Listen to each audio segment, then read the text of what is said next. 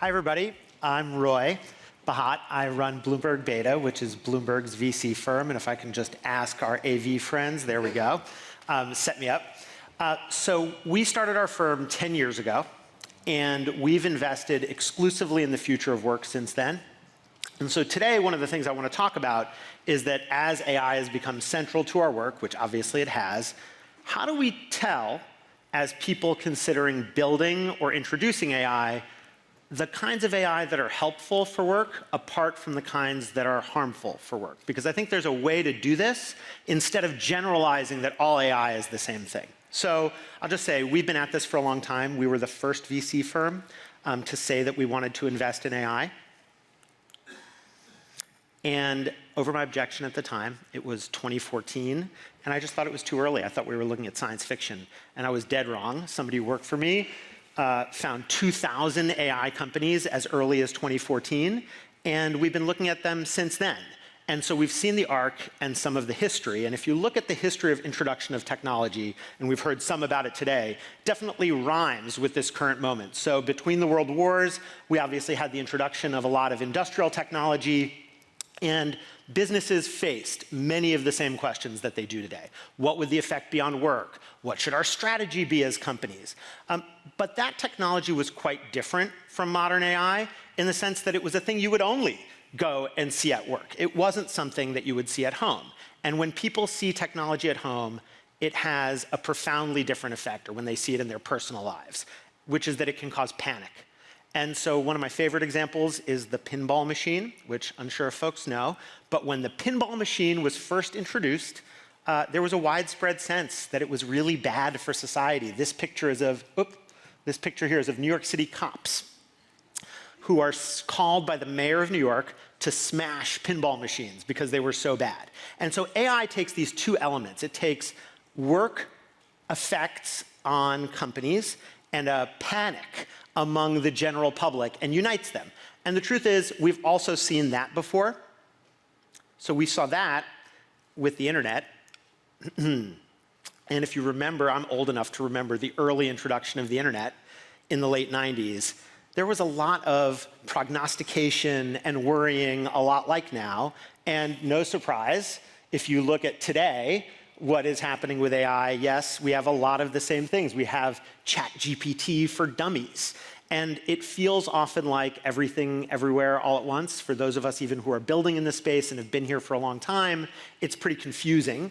A founder who we backed described this moment last weekend as any given weekend in San Francisco, you can find hundreds of people willing to hack on AI applications for 24 hours straight.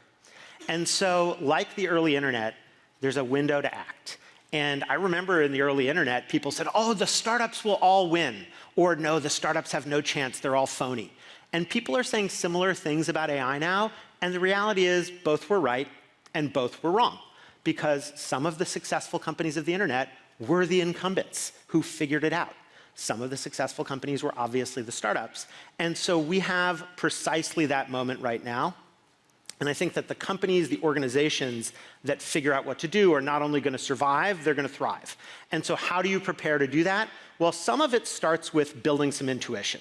And so one observation we have is that the use of AI is itself a skill. You can get better at it. You can find new ways to use it. You can, develop intuition. And another historical analogy is the spreadsheet. When the spreadsheet was first introduced, people thought it would be useful for financial modeling, for accounting. And of course it is.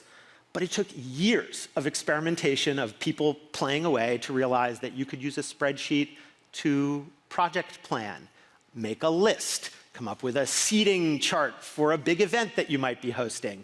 And research from Charter, a media company that we backed, suggests that the use of AI is not equally distributed. So women are statistically likely to use AI much less than men, an issue. Older workers are likely to use AI much less than younger workers. And absolutely everybody needs to be in on it, because if you are, then you can develop an intuition for what works. So what might you see? Well, unsurprisingly, you might see that some things that look easy are easy. Employees just using ChatGPT or Claude or pick your system. Some things that look hard are hard. Building your own large language model from scratch Bloomberg did one as a research project, Bloomberg GPT, where researchers can query the world's financial data. But the really interesting thing is that some things seem to be very difficult, but in fact aren't. And so you might find that there are surprising uses as you prompt engineer. For example, I was able to load my LinkedIn contacts into Claude and ask a question like, show me all the sales leaders at large companies in North America that have big hourly workforces. And I got back 20 answers, 10 of which were garbage, but 10 of which were really great. And then asked again and got even better answers. And demos that seem quite magical actually can be pretty easy to pull off right now. What's difficult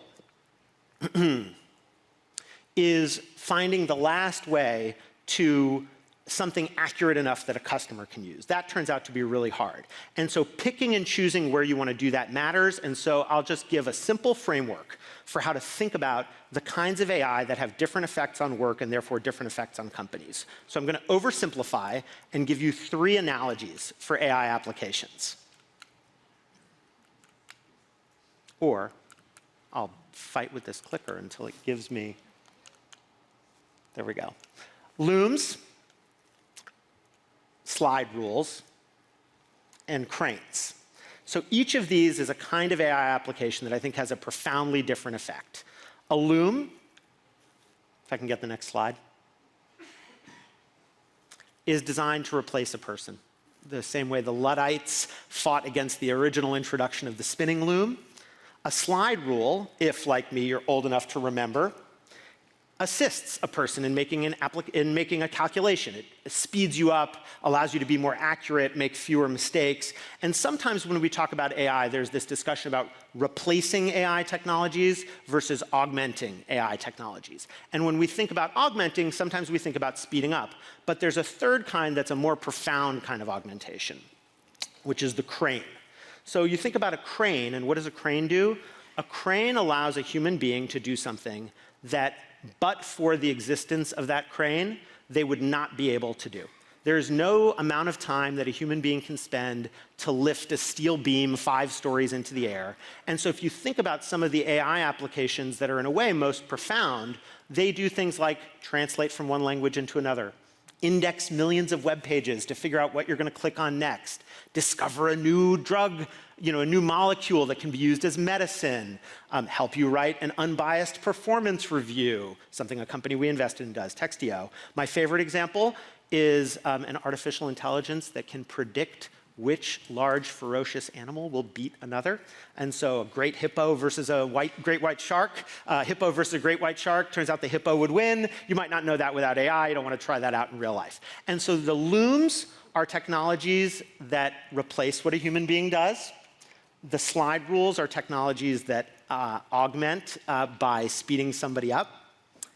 And the cranes are technologies that fundamentally extend what a person can do. And now, developing cranes is not easy. It takes imagination. Like using a spreadsheet and realizing it has applications that you didn't quite realize.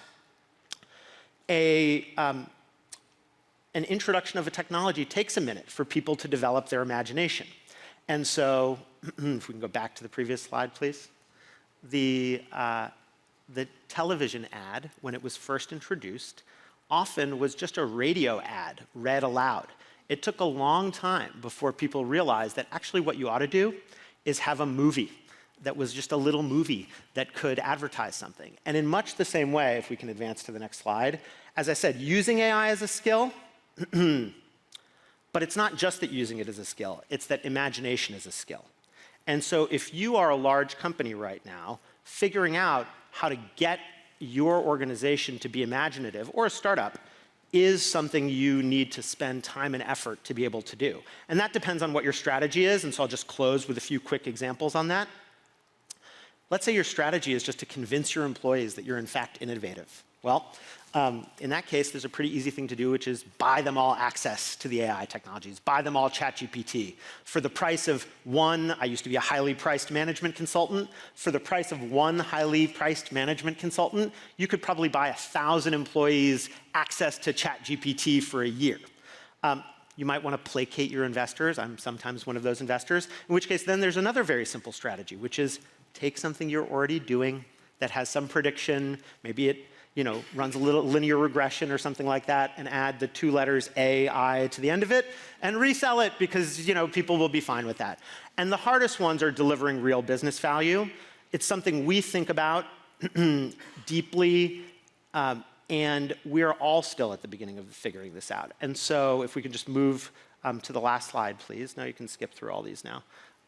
We believe that the only way organizations will figure out what kind of AI to use is if many of you are, and there we go, thank you, is if many of you are actively developing intuition and surprising us with acts of imagination.